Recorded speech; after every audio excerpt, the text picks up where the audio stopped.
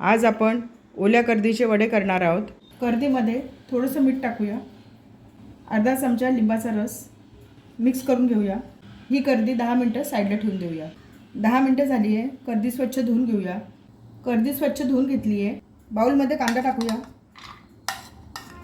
कोथिंबीर टाकते, हिरव्या मिरचीचे तुकडे, अर्धा चमचा आलं लसूण पेस्ट, सर्व छान मिक्स करून घेऊया। सुके मसाले टाकूया, पाव चमचा हिंग, अर्धा चमचा हळद, 1 चमचा काश्मीरी मिरचीची पावडर, अर्धा चमचा लाल मिरची पावडर, अर्धा चमचा धणा पावडर, चवीनुसार मीठ, 2 चमचे चण्याच्या डाळीचं पीठ, 2 चमचे तांदळाचं पीठ, 1 छोटा चमचा लिंबाचा रस, सर्व मिक्स करून घेऊया। याच्यामध्ये कर्दी टाकूया। कर्दी सगळ्यात शेवटी टाकायची। कर्दी टाकल्यानंतर हलक्या हाताने मिक्स करून घ्यायचं। पीठ छान भिजवून घेतलं आहे, सर्व मिक्स करून घेतलं। कर्दी टाकल्यावर जर हे पीठ पातळ झालं तर याच्यामध्ये तुम्ही चण्याच्या डाळीचं पीठ टाकू शकता। आपण वडे करायला घेऊया।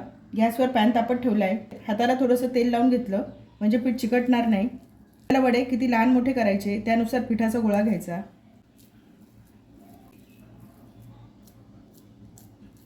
अशा पद्धतीने हातावर थापून घ्यायचं।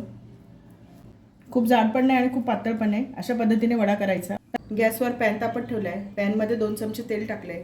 तेल गरम झालं आहे, हातावर थापून घेतलेला वडा टाकूया। थोडा पसरवून घ्यायचा।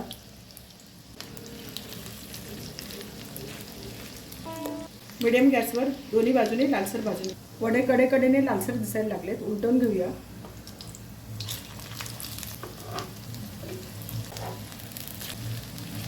दुसऱ्या बाजूने पण लालसर होईपर्यंत भाजून घेऊया।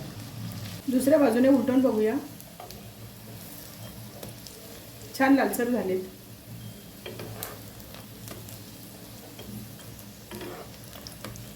उलट पालट करून कुरकुरीत होईपर्यंत छान भाजून घेऊया। वडे दोन्ही बाजूने छान लालसर भाजले गेलेत, काढून घेऊया, निथळून घेऊया। छान झालेत आपले कर्दीचे वडे। ओल्या कर्दीचे वडे तयार झाले।